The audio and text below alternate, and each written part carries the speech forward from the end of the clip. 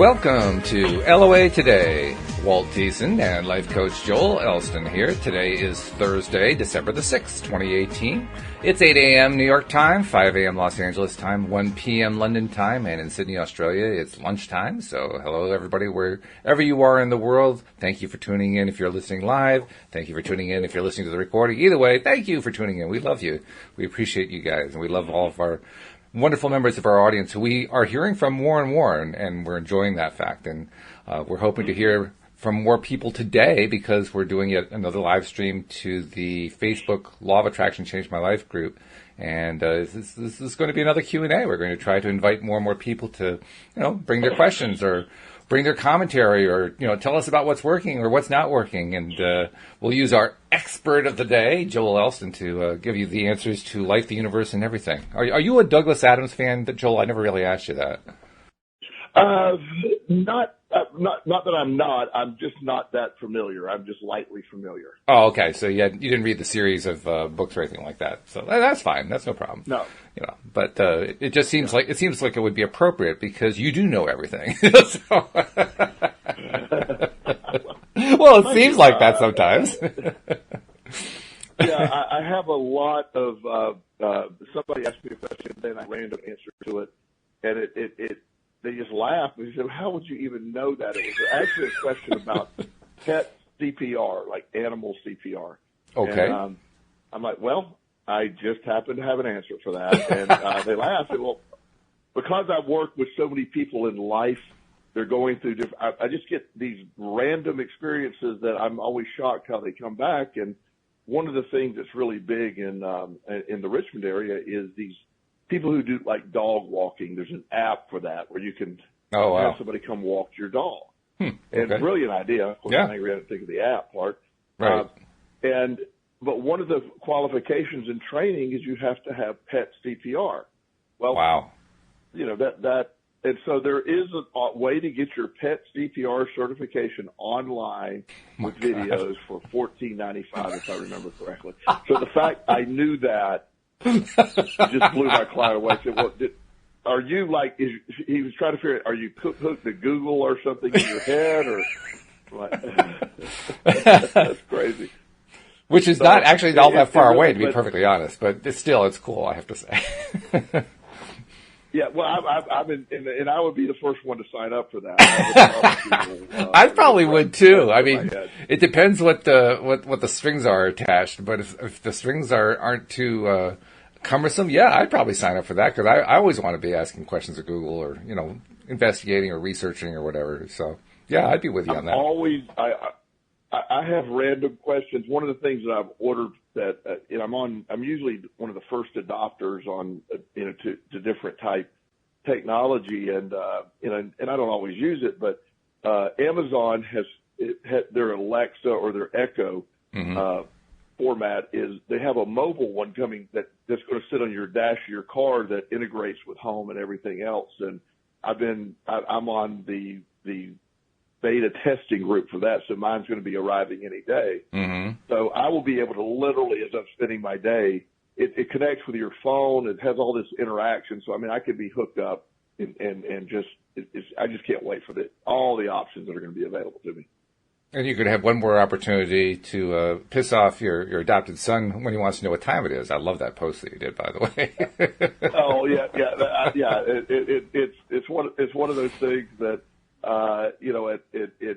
you have all this. I love to study all things, and it seems we've talked about this, and we do a podcast on the law of attraction, which is to me it's the name of the folder, so to speak, of the outline of all my studies. It's sort of the law of attraction concept. Mm-hmm. However, even underneath that, most people have law of attraction sort of as a category underneath. Law of attraction is my top category, but within that, I like to look at all information. I like to look at conflicting information. I like to see just different views, and what I've been amazed at over the years is there are so many, just so many. Like Alfred Adler is sort of he was a colleague of Sigmund Freud, right. and where Freud was more about sort of, and this is, again, anybody that disagrees, please call Walt at LOA.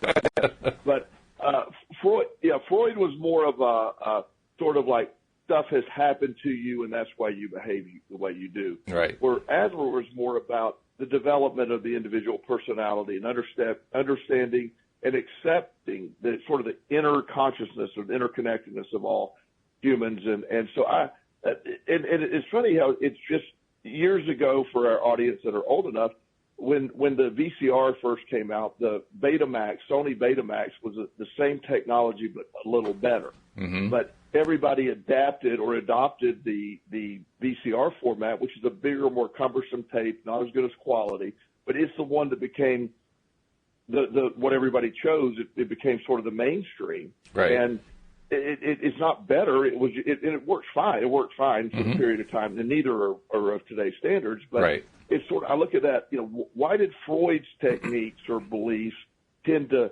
dominate psychology today versus the Adler concepts, which are more about let's help people help themselves with their own, and he is an indirect, he's a believer in the law of attraction, whether he realized that he was a believer in the law of attraction or not, but he's very much about the goal-oriented, you fix you kind of mentality. And I just, so the reason I bring that up, within the spectrum of all we're doing, there's just, it's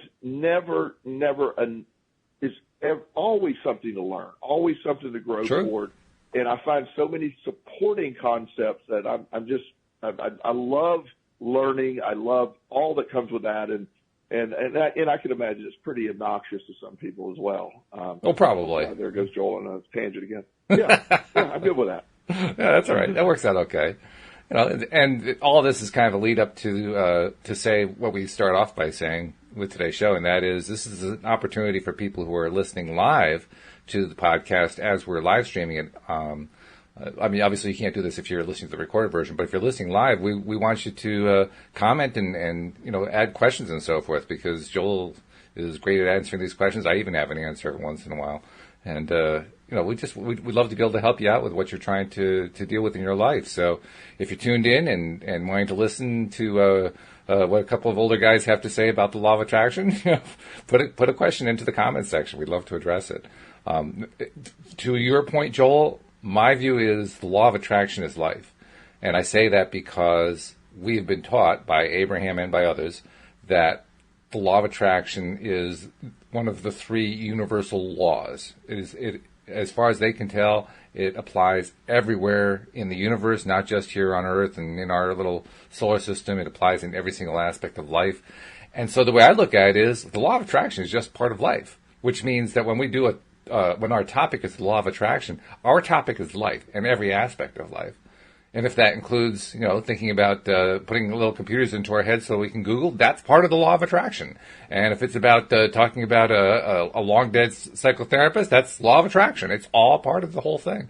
So, that's my view anyway. Well, and that interconnectedness of that other people's energy. I mean, even people who don't believe in the way I believe, or they readily will admit, yes, I could be around some people and my energy is raised, and I could be around some people and my energy is low. low. Oh, yeah, everybody can do that. There are people, yeah, and so, most people, if they're honest, can report that. Mm-hmm. And so I was sitting with a client the other day that came in, and he was very, he deals with chronic pain. It's unidentified. Wow.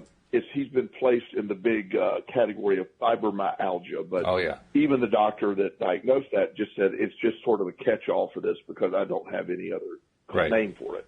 And so we were talking, and he's tried all these different medications, and some helped, some didn't, some created other problems, and so we were just talking, and I got him to tell me about the best time of his life, and he was talking about when he was younger and he was, actually building his life up and he didn't have a lot at the time. He's doing well now financially, but the rest of his life is not going as he wishes.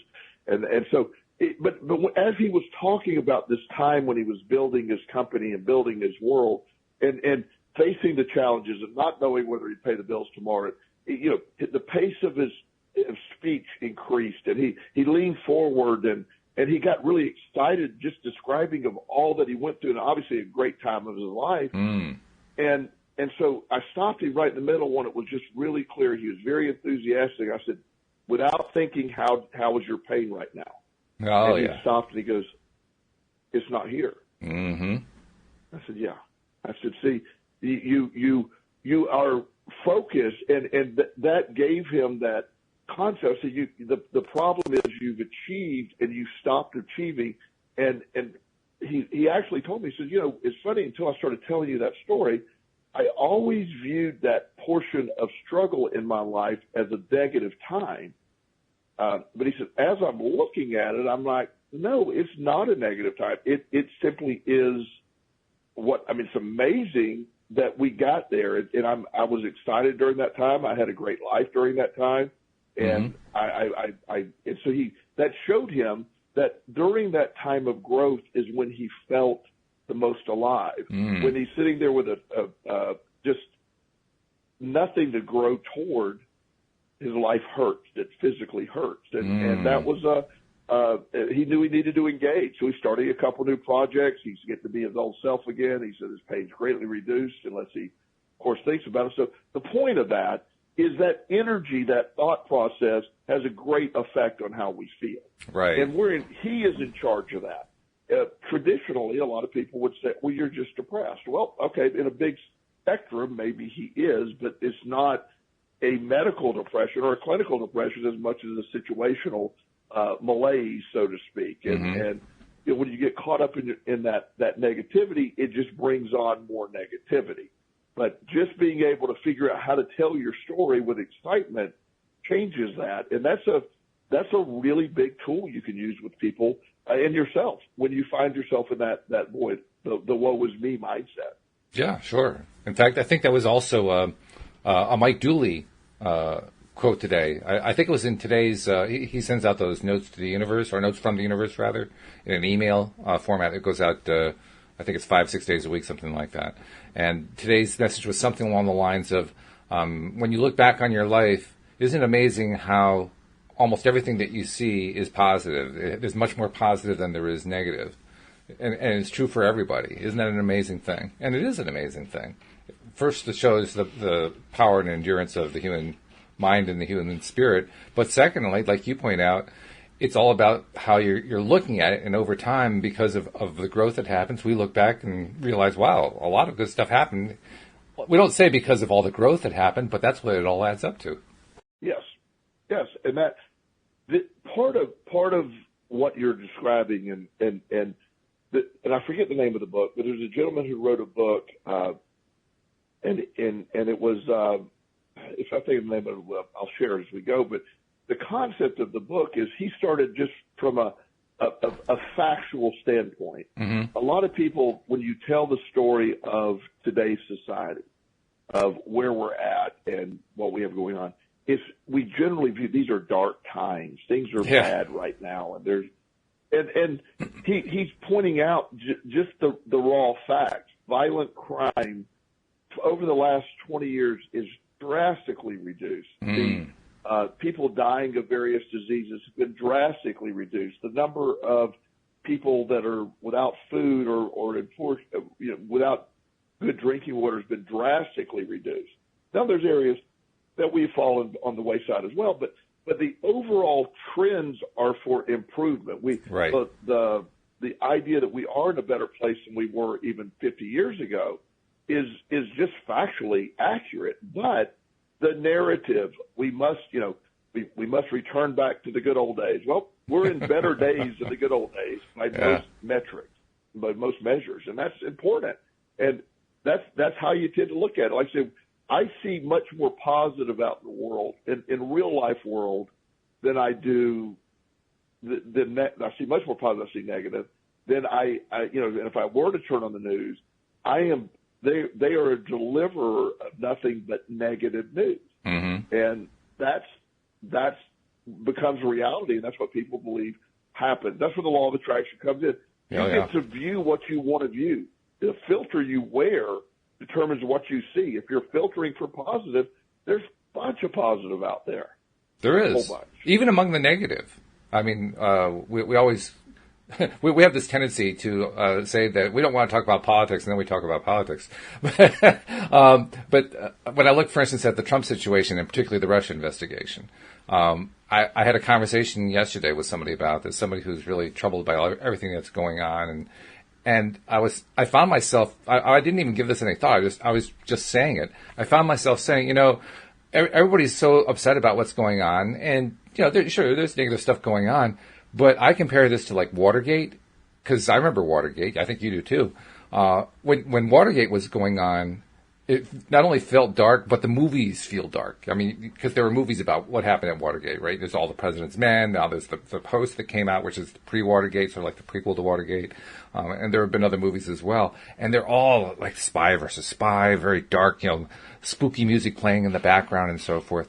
And I commented to this person, when they finally do the movies about the Trump era and the Russia investigation, they're not going to present it as a horror movie. They're going to present it as a Shakespearean farce, because that's what it is. It's a farce. It's so crazy, it's laughable. It's going to be a comedy show. And when you're in the middle of it, you can't see the comedy. I can actually see the comedy. I laugh at it every day, but most people can't see the comedy. And yet, I'll bet you, after we come out of this, it's going to be looked at as just like a court jester era, because it's just so ludicrous, the stuff that's coming out. I mean, nobody could possibly believe the stuff that's coming out. It's crazy what's coming out. So, it's all how you look at it. Well, and that's that perspective. It's what you're going to be viewing, because regardless of what your beliefs or where you are with this political system we have set up now and what's going on politically, I've witnessed in my lifetime, there are events that happen that create a boomerang effect, and that have actually they're catalysts for improvement, and sometimes the negative creates the positive improvement. I know a lot of people that I talk about that say these are great times because they're bringing about the changes we need. Sometimes you need absurdity to make you realize, wow. Yeah. And so it does that. One of the stories I think I've shared with you over the years is to me it's a very sad story with a very incredible response. And this is the law of attraction applied to the most negative situation you could possibly imagine. We've talked in the past about John Walsh, the creator of America's Most Wanted. Right. And the concept of John was how he even got started. He was just a normal man. He had a wife and an 8-year-old or 6-year-old son, maybe. And his name was Adam. And Adam and his mom were shopping at a Sears in Hollywood, Florida, back in 1981. Mm-hmm. And shorten the story, I mean, panicked. All of a sudden, his son was gone. And she couldn't find him, and the police couldn't. They didn't have they weren't prepared, and they didn't know how to look for him, and they couldn't help him. And it was a long story, and how they get in that. Well, unfortunately, he was killed and had been abused, and so John Walsh. His response to that ungodly, horrid event began a process of affecting legislation. Mm-hmm. He started with this wasn't legislation. He started with Sears, and at the time, a very young Walmart. And he started a program. If you're ever in a Walmart and you hear Code Adam, that is a child is lost. The doors are locked. The police are called. Nobody's in or out. It's this amazing process that has been implemented. I'm aware of several times over the last since it was started, and saved kids' lives. He also is the one that pushed for further background checks and fingerprinting in a national registry. Used to be you can molest a child in one state, move to another state, there's no record of it. He started a national registry. He had legislation happen. John Walsh has saved more children than probably anybody on the planet, and it all came from his horrid loss. Right. And I'm not trying to make his son's loss. He would give, my God, we don't even want to do that debate, but it was such an amazing thing. He responded with horror, with saving other children's lives. Mm-hmm. He really, I admire that type of response to events. And again, how you take something, bad stuff happens and how we respond to it. So right. there's the law of attraction is at play on all sides. Mm-hmm. And we can respond to things how we choose, and that gives you the power. I get to be built up by stuff. There's stuff in my life that had the equal shot of destroying me, which eventually strengthened me. Mm-hmm. It's just amazing to me. It is amazing. So it's fantastic. It's a huge power to have access to. Yes.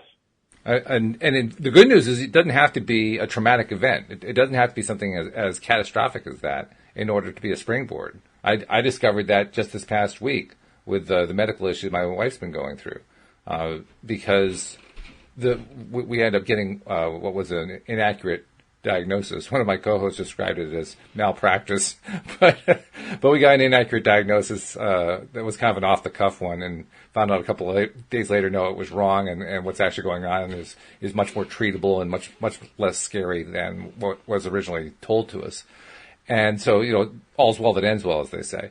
Well, nevertheless, that gave me this, when we were in the middle there, when we thought that we were still dealing with the much worse diagnosis, it gave me a tremendous surge of passionate desire to overcome it.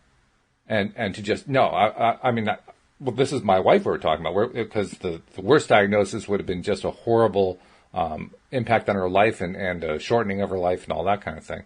And I was just determined it wasn't going to be that. And then 2 days later, we get the news, well, it wasn't that.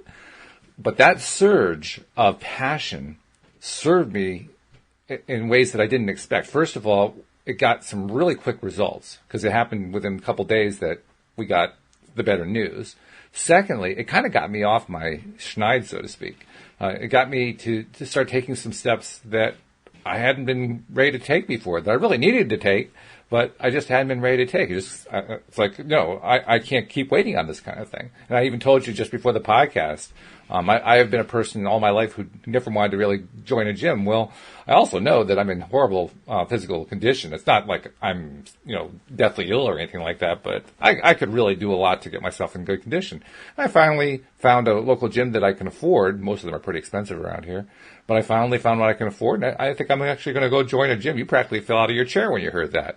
Well, that happened. Yes, that's massive.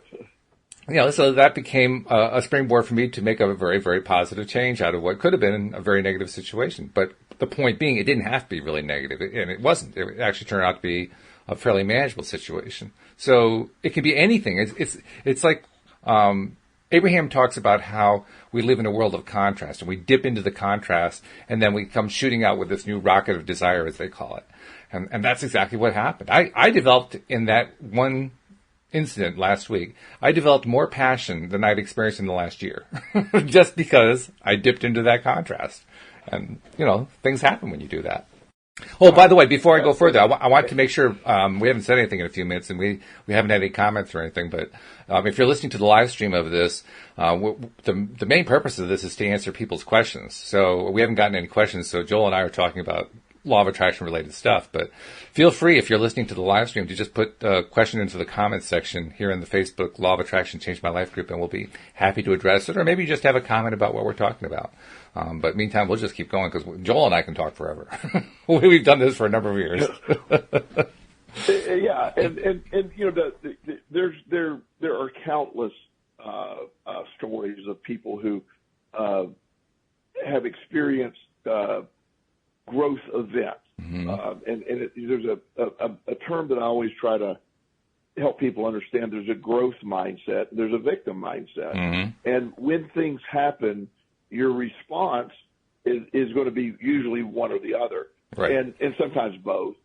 And there's multiple stories of people that I'm aware of that were suicidally depressed, and then an event happens and it made them realize they wanted to live, and then they lived their best life after that. Right. Sometimes things come along and it's a catalyst to your best life, and that's what the law of attraction will give you, that ability. It doesn't this was a question I had. If the law of attraction, why? One guy asked me, so why is it punishing me? And I said, I said, your arrogance means to think the law of attraction cares. The law of attraction doesn't care.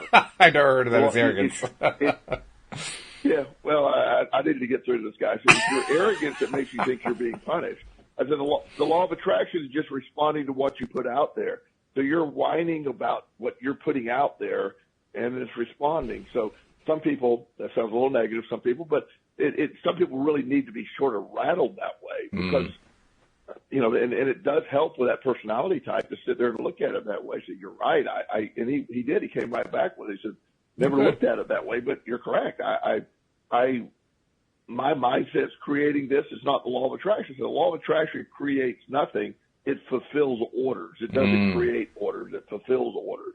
You're signing up for, you're asking for, and that's what it's delivering. Right. It isn't artificial intelligence. It doesn't know what you really want. It just goes by what you're really asking for and what you're feeling, and it goes by what you're feeling. If you're feeling lack, just serve up some more lack. And that's what it does. And once you understand that, it actually doesn't help. It makes it harder. Now you got to figure out how to make yourself really feel at a deep level. It's interesting you should mention that because it's something that I've been kind of trying to figure some stuff out. When we do a weekly, or actually a daily podcast, like I do with the help of you and so many other fine co-hosts, I become more and more sensitive, probably kind of similar to the way you are with your clients. I become sensitive to, what are the different ways I can help people, and how can I help them, achieve their goals and overcome their trials and so forth. And in the process of exploring that, I've really become appreciative, I guess the word is. I've become very appreciative of how important it is to discipline myself and to encourage other people. I don't even like the word discipline. Intently focus. Learn to intently focus on what it is that I want, and literally take my mind off of what I don't want. And I've also been really realizing how important it is to do that gently.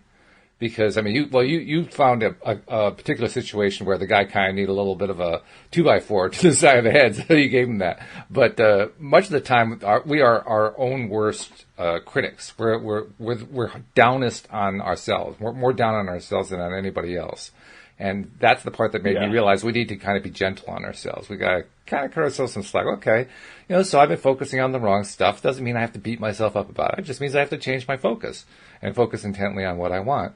And as I've been really focused on that concept, I'm finding, first of all, cool ideas coming. Second, I'm finding cool input coming from our listeners and from co-hosts and people not even connected to the podcast. And all that's law of attraction, of course. And I'm finding also that it's helping me improve my focus, which I can't honestly, I'd love to be able to sit here and tell you that I didn't really intend that. That's exactly what I intended. That's precisely what I was hoping was going to happen. I was hoping that if I could find a way to help somebody else improve their focus, that it would also help me find a way to improve my focus. And that's exactly what's happened. My desire and my ability have increased, and I'm liking it. I'm doing now a thing where Cindy Chavez and I have talked quite a bit about the teachings of Neville Goddard, and one of the ways that we've explained what he teaches is to create what we're calling a vignette.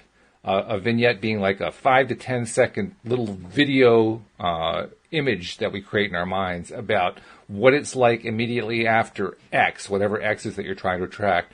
Immediately after X shows up in your life, what happens? Are you celebrating? Are you shaking hands with somebody? Are you looking out on the vista of your new property? Or, what is it that you're doing? And then you play that vignette over and over again. Well, I found myself creating a whole bunch of vignettes that I'd never created before for stuff that I wanted to attract into my life. And I'm actually starting to play those vignettes in my head. Well, that's progress. That's big progress. And that came out of simply wanting to help other people focus better. So, it's, I'm not sure exactly how I'm tying this into what you were talking about, other than to say, I didn't really have to do it from a place of like big trauma or something like that. But I did start with something that was contrast, that was, slightly negative. That was, how do I help somebody else and inadvertently help myself? And look what came out of it.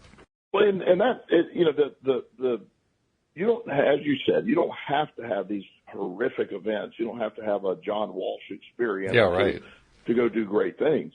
I use the extreme examples because anything short of that is obviously easier to do. And it's funny you said how your concept of how do I help other people helped you the most.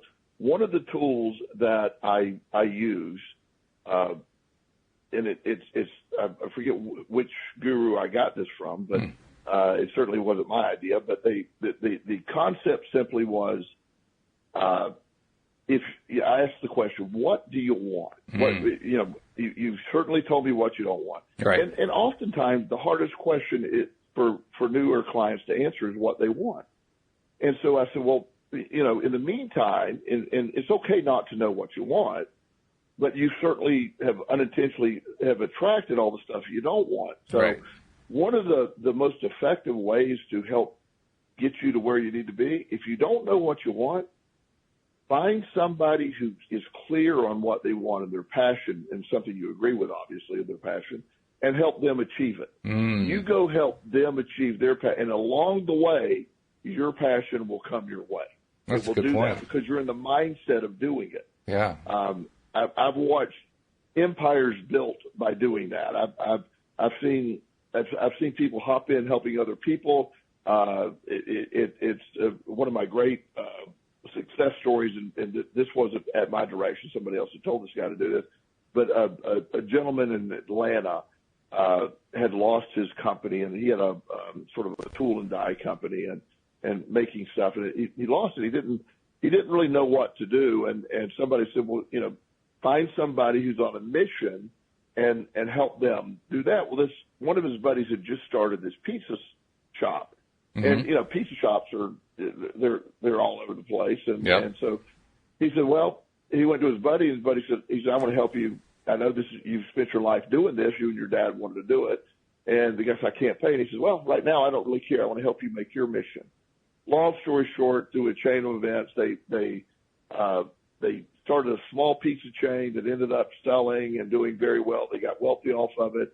And it started with him helping him. He didn't have the passion about the pizza, but his friend did. Right. But it led to other stuff, and they've had other business ventures together. So when you're in doubt, find somebody who knows what they want and go help them achieve it. And that's sort of what you're saying. How do I help other people? When you find something that helps other people, you often will find the answer to your own stuff. I'm always doing that. I'm always applying new stuff, and I love it. It feels invigorating, and right. and some of my best self-development tools have been from researching how to help other people with their problems. That makes sense. And actually, we have a listener who's taking that to heart because she's asked a question. First, I want to acknowledge Bronwyn, who said good morning. Hi, Bronwyn. How you doing? And then Paula's got a question for us to address. So here's what she has to say. She says, my husband lost his job on Friday. It's the second job he has lost this year. The money situation is difficult. Only saying it like this so you know. I work on me, LOA-wise, but will it work if my husband doesn't? He has depression, and it's hard to keep him upbeat, etc. These negative things then affect me. That's a common situation, isn't it, where you have a couple and one person's mental outlook actually can affect the other person. That's that. And first of all, I really am sad to hear the situation. It's easy to sit back and for us to say, oh, have a positive attitude. Trust me, I know what it's like to be in those scenarios, and I've been through them myself. And so the part of the one of the first laws of the law of the concept of the law of attraction is we can only be in charge of us. Yeah, that's all we can do. Mm-hmm. We can treat our loved ones with unconditional positive regard. We can see them as successful. We can have a positive thought for them, but we can't bring them to this. You can bring the information to them. You can hopefully share that with them, but you can't you can't do that for them. Right. But I have seen situations where spouses or good friends or whatever, they just come in with their own positive. The answer is going to be there for, I'm sorry, what is the young lady's name? Paula. the answer is going to be there for Paula, where she works on her financial situation, even though it is entwined, has its own answer. If she gets her abundance in tune, then our hope is that, number one, and I've actually watched this happen, her husband sees the difference when she's so upbeat that he's able to pick up on that. And also a side note, while I never want to give the intention that she'd use the word depressed or down or low, I always have to say that if he does truly have a pure clinical depression, it's probably wise to at least seek the advice of a medical doctor. Yes. I have that as a disclaimer. I'm not at any level suggesting that. However, but if it's just more of a situational feeling low and down, then that energy vibration of what Paula can bring to the table can help lift him up. And it's a very difficult thing. In the book, The Secret, there's a few examples of that. Right. Rhonda speaks of people have been through that. I really go back to that. They're very good, effective tools. In fact, in this case, rereading The Secret would be a helpful. Or if you're into the Abraham Hicks, they talk a lot about that as well. Yep. And if you're really out there with me, you can go read some of the stuff. But that's a whole different level. But the idea that sort of getting that. Here's another true story that I've witnessed happen. These weren't clients, but these are people that I've met along my journey. And a husband was a high-end attorney for a law firm in New York City and was making incredible money.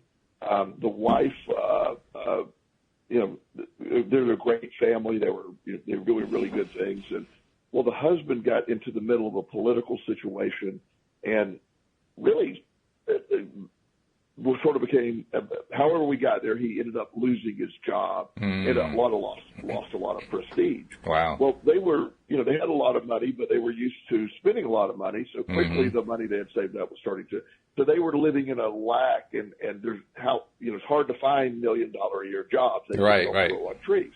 So she was very upset, very worried that, what are we going to do? What are we going to do? Well, she started practicing the law of attraction. It started with The Secret and a lot of Abraham Hicks stuff. And all she could focus on was her and her abundance.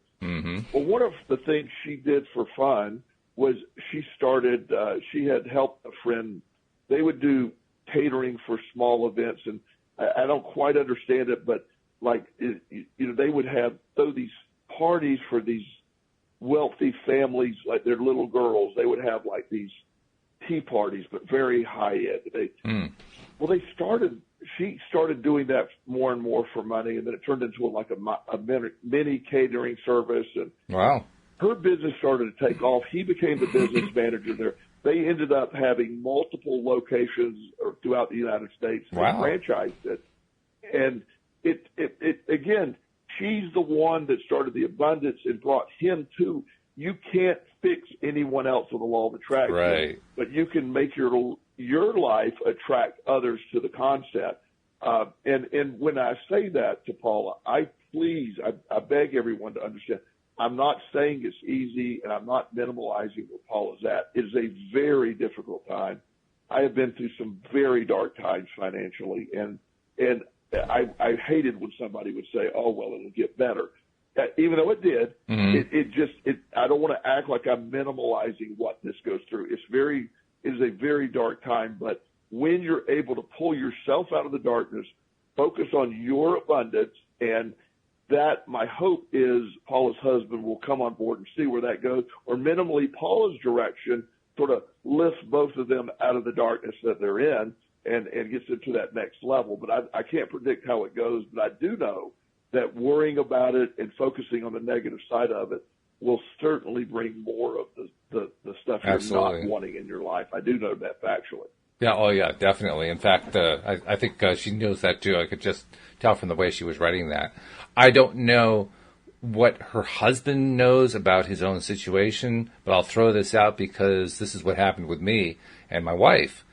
Before I discovered the law of attraction, my wife sat me down one time, and it was at a time when, just kind of like this, I mean, I was self-employed rather than having lost a job, but there wasn't a whole lot of money coming in. It was pretty meager.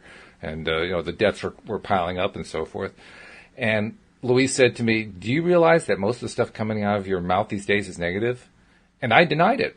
I said, no, it's not. I mean, I'm a positive person. But she persisted and started showing me examples. And I had to honestly admit that, my God, like 99% of everything that I was saying had a negative tint to it. And as I began to realize that, I started to turn my depressed situation into a springboard. Kind of like what we were talking about earlier, where, you dip into the contrast and it's really unpleasant. You shoot off this rocket of desire, as Abraham says, and you just get this passion to start changing your life in some way. Well, that happened with me. So I don't know what her husband's situation is, but if they've never had a conversation like that, it might be useful. He may not be aware. He may not, I don't know what degree of awareness he has about his own depression. I don't know what degree of awareness he has about his own negative focus right now. But if he's not aware, it might be good to bring it to his attention. It might be eye-opening for him. Well, and I know I got an email in the middle of the night one night from someone who I don't know exactly was from my book or my website or even listening to the show. So they never said how they ran across. They said, well, I saw something you wrote, and that led me to, and I've been spending the last 5 hours looking at videos on the law of attraction. And he said, it's like a miracle in 5 hours how I've changed my perspective already. And I've spent my entire life in this negative, just anticipating awfulizing state of mind and keep bringing more awful situations because I'm awfulizing everything to the end. And he said, I just discovered that. And he said, I just want to say thank you. And I've heard already back. Thank you. Please let me know how it goes. Now I never heard back from him, but the concept that when you can bring an awareness, it doesn't do any good, to say, you're negative, Walt. You're negative, Walt, without there being an answer to that. You know what I mean? You have a bunch of negatives, by being able to say, "I'm sure you're unaware," or how. And you and Louise have such a great relationship, and Louise is a therapist by trade, so she's quite clever. So she is. She's amazing. Yeah, and so Louise's ability to see that, but even before you're a practitioner of the law of attraction, you have a general positive view of life. You want to be upbeat. You have a good energy. You have a positive energy. So for somebody who you care about and who would say nothing but supportive stuff, for Louise to say to you nothing but negative stuff's coming out of your mouth, that had to jolt your system. Oh, it did in some ways. Yeah, it did in a huge way. In fact, I was surprised that she said something like that, and I'll be honest, I was a little offended too. But it was a good kind of offended because it did make me stop and take stock. And when I did, I honestly had to say, you know what? There's something to this. And Paul has more information for us. Paul, let's get this additional information. He has clinical depression, so he has been diagnosed, and he's on meds, but it has gotten worse. She says, I have made him aware of how negative he is, but he is still like it. I do appreciate both of you giving advice, and I will keep focusing on building myself up, LOA wise. Thank you again. So there's some more information to work with. Well, and that's really good, and I encourage anyone, and I'm glad that he is working with a professional. Yes, I really one of the things, Walt, and this is, people assume there's some really good doctors out there, and there's some that aren't quite so good. So I really strongly suggest that there are answers to these questions, but it's very seldom someone walks into a doctor's office and they say, here's the exact medication for your exact condition and everything's fine. So again, I would encourage multiple opinions or revisiting or maybe adjusting medications. If he's interested in that, again, I'm not eliciting him, giving him medical advice here. I'm just saying it is always wise to be proactive in that. And like you mentioned earlier, if Paula's in control of Paula's world, she sounds like an incredible lady she does. That is very much a believer in the law of attraction. Yeah. She's going to pull herself up. But here's an example of something that I have seen worked as well. if Paula could get her husband like to the gym, like you're going to the gym, right? Get him moving, get some movement, go on a walk with him. And again, I don't know the situation, but if he's doing stuff like that, it's when you look at a combination, and I forget the study, and people on medication alone for depression, let's say 40% report significant improvement within 1 year. Then you look at someone who's on medication and counseling, they report something like 62% improvement over 1 year. Right.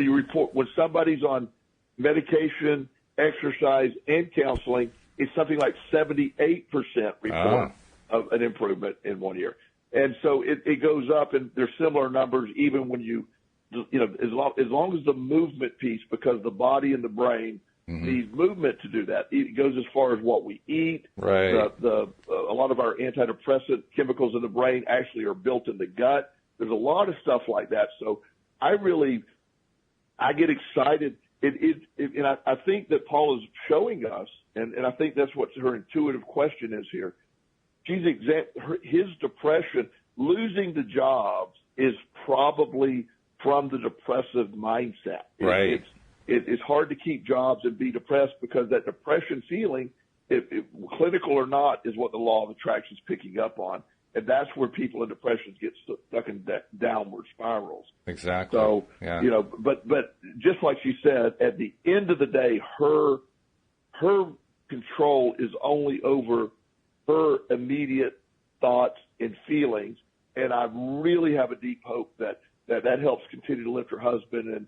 And she obviously is a caring woman. And I love her reaching out. I love the fact that let's do this. Let's get better. Let's help her. I hope she continues this path, that she continues to improve. And then that lifts him up as well. She certainly will be uplifted by her stuff as well. Yeah. Yeah, absolutely. And we both hope that. I'm sure all of our listeners hope that too, and really are pouring out the energy for her. The thing I'd like to add also is that the experience I had with my wife this past week reminded me of how powerful it is to improve not just how I'm feeling in my life in general, but also how I feel when I interact with my wife. Because it was my wife, and is my wife, who's still going through this medical situation, and it had brought both of us down, as I had related earlier, and I realized that I had a pattern that had been going on for some time where I do these podcasts. I get so jazzed doing the podcast. I'm excited and so forth. And then I go to talk to her, and immediately I bring myself down to a low level because that's where she's at. But what happened this past week was I realized how important it was for me to stay at the high level and interact with her that way. And when I did, because that's what I started to do, when I did, I could see it helping to pull her out. It was like I had thrown her a rope. And in throwing her the rope, she reached for the rope. And, I mean, it didn't happen immediately. It took some time. It took days. But she slowly started climbing up because I was giving her a rope to a higher place. Abraham talks about this a lot. They talk about how you really can't send love to somebody. You really can't send positive energy to somebody unless you're feeling the love and the positive energy. If you're in a low place, you can't help them. There's nothing you can do to help them from a low place. But you can do tremendous things to help people when you're in a high vibration place. So that just reinforces what you're saying. Yeah, and that frequency we talk about, and that in my mind, that literal vibrational frequency we're putting out there, it doesn't lie. You can't fake it. It's not it is a real. And that's why the law of attraction can't be fooled. That's why you have to work on that real feeling. What you're really feeling is what you're putting out there. So when you're able to control what you're really feeling, she picks up on that vibrationally. That lifts her up. She's in a much better place to deal with it. Every doctor, even the most adamant doctor that just thinks all we talk about is absolute silliness, even those doctors will agree a patient's attitude toward their treatment is a massive factor in the outcome of their treatment. Absolutely. Yeah, it's huge. Yeah. And it's just indisputable, actually. I share that. This has been probably a couple of years ago we talked about this, but I had this one doctor and I were having this debate, and we were actually in the conference room of his medical office, and I was doing some work for him, and he said, this law of attraction thing, it just doesn't work. And I'm like, and I'm like, well, it does. And I said, we went back and forth a little bit. I said, look, I'm telling you, I'll defer to you if you tell me that this antibiotic doesn't work on that infection. I am absolutely going to defer to you, but you cannot tell me what has worked miracles in my life is not working. And he said, and I love this, he said, Joel, the only reason it worked for you is because you believe it worked for you. And my answer was simple when I said, thank you. Yeah, he's right. You just made my own argument. Yes. Case closed. You made my own argument. Yeah. That's good. And he sort of laughed. He goes, yeah, I guess it did. He's not the guy that's ever going to admit he's wrong. Right. You get my point. Yeah. And so the whatever we approach something, when I have a major decision, when you mentioned the gym earlier, which I'm thrilled that you're going to be doing that. When I have a rule in my life, if I have a major decision, I will not make the decision until I am done with a workout. I'll go work out. That puts me on my best mindset, vibrationally and emotionally across the board. I'm in a great mindset, and my decision will be made in that mindset. Any decision I make in a low vibrational mindset is almost guaranteed to be the wrong decision. Right. Yep. Hey, we got one more question. I want to make sure we get in before we run out of time here.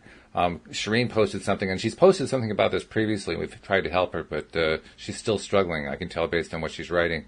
She says, I'm focusing on what I want, not what I am afraid of. I want peace of mind and heart and a full-time job or even part-time job. And then she says, I want hope in life again. Okay. And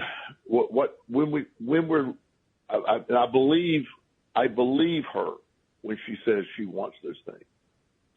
But oftentimes the things we want the most are what we're putting out there the least. I mean, it's obviously I want hope. That statement of I want hope almost indicates some resistance to hope. I don't have hope. I would like some versus I have incredible hope. I have feeling the hope. I have hope, being the hope. Having that vibrational energy of I'm full of hope. Hope is the basis, the reason that she gets up every morning, the reason that you woke up today and get up out of bed, and whether you can feel it or not, what keeps a human being going is hope of improvement, hope of something better, hope of growth. Now, not everybody lives that mindset, realize it, but you get up and you're motivated to go do stuff because of hope. So there is the hope there. But feeling the hope, feeling the job, one of the most amazing things when I'm coaching people on jobs, getting jobs, we've said this a million times, Walt. It is 100 times easier to get a job when you have a job. Don't know why, except that you already have a job and you have a belief.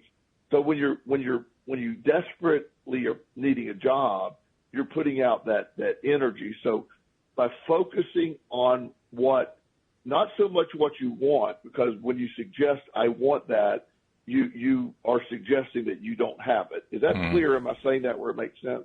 Yeah, because we can we can look at it either way. When we're wanting something, we can be wanting it from the point of view of, oh, I don't have it. Or we can want it from the point of view of, yeah, I want that. And it's an entirely different vibration depending on which of those sides we're on. Right. Or I have that. I have an abundance. I have an abundance. I have an abundance of options. I can go do, and it's hard to feel that when you're there, but the law of attraction is going to respond to, yes, I'm working. I am already prepared to accept the job. I forget again where I read these things, but I know this one guy that he had an interview for a job, that it was his dream job. And he was really excited about the job, and he started visualizing having the job. He visualized it, and he went as far as buying business cards with his name on them for the company in his position. Wow. And he went all in on the job. Yeah. And he got to the interview and he blew the interview away and the guy said, "Wow, we're confident that, so we have other interviews today, but I'm sure you're certainly going to be one of our finalists." And the guy said, I want you to understand this is not arrogance. I feel me having this job. This is a career. I'm passionate about that. It's in the roundabout, it's a neuroscience job with his pharmaceutical company, and he is great at it. Oh, wow. And so the guy's like, "Look, here, hold on a second." And he said, "Look, we're already going to." They offered him the job, so we're going to interview other people. We might hire another person too, but we're hiring you. That interview was so strong. He believed it so strongly. He was already in the position. Wow. And the guy laughed. He said, "Well, I've saved you some money. Here's my business card." And the guy died laughing. And this is a neuroscientist, by the way. So the fact that he believes it at that level. Yeah. So that, looking at it when you open up the jobs and you're looking for a job and you're like, "Oh, it's overwhelming. There's so many ads and there's so many people doing it. The process is so slow and online." While it opens up the job search, it also, it's just thousands of people are applying for jobs. How do I make my application or resume be the one that sticks out? And all you can do is passionately word your letter of not from, "I desperately need your job." They can pick up on that. But this is what I want to do. This isn't about just money. I want this. A job brings a lot more to the table than money. And when you feel it on that level, is when it starts responding. When you're wanting it too hard, you unintentionally, we talk about this a lot, Walt, you're unintentionally pushing it away. And I'd love for, in fact, next week, if she would just post to remind us at the beginning of the show, I'd like to talk more in depth about that. Okay. Yeah. I'm sure she'd appreciate that too. So Shireen, be sure that you're here promptly next Thursday, for the, near the beginning of the show, and then post again, because, as you can tell, Joel's passionate about it. The only reason he doesn't want to go on right now is he knows we have about a minute and a half left, and we can't do it justice in a minute and a half. But, I want to echo what you're saying, Joel, because the passion behind it is really what matters. We do tend, as human beings, to think, well, okay, I want it, and this is what I want, and I visualize it. It's on my vision board and so forth. But we often forget about the feeling aspect of it. We just figure, okay, I just have to do the work of wanting it. And it really isn't enough. Like you're saying, you have to have the passion behind it. That's what the lesson was that I had from this past week, where I found that my passion went through the roof because I was so determined for my wife to survive and thrive from this medical condition she's dealing with. And that passion made all of the difference. I mean, it wasn't that my want had changed. My want was the same as it had been all along. But the passion just changed dramatically. And when it did, I started getting results fast, really fast. Now, I can't say that I've learned how to replicate that super passion every time, but I can always find some level of passion. And any level of passion helps. Find it, that's where the answer. That's where it lies. Yeah. The passion is what sells. The passion is what the law of attraction buys. Exactly. Yeah, that passion's everything. Hey, before we part for the week and move on to the rest of our lives, as we usually do, I want people to know how to reach out to Joel Elston. Because, every one of you guys who are life coaches who do these shows with me all bring really great takes. Yours is one of the best ones I've ever heard. And undoubtedly there are going to be some people who want to reach out. How do they find Joel Elston? Simplest way is by email, joelelston@gmail. My website is joelelston.com. I'm in the process of beginning to redo all that, so that may be hit and miss. But the simplest way is joelelston@gmail. Okay, sounds good. Joel, it's been a pleasure. I look forward to carrying on the conversation next week with you. Walt, I love it. It's great to talk to you. And tell Louise, give Louise my best. I will do that. Thank you so much. And we'll see you all next time here on LOA Today. Goodbye, everybody.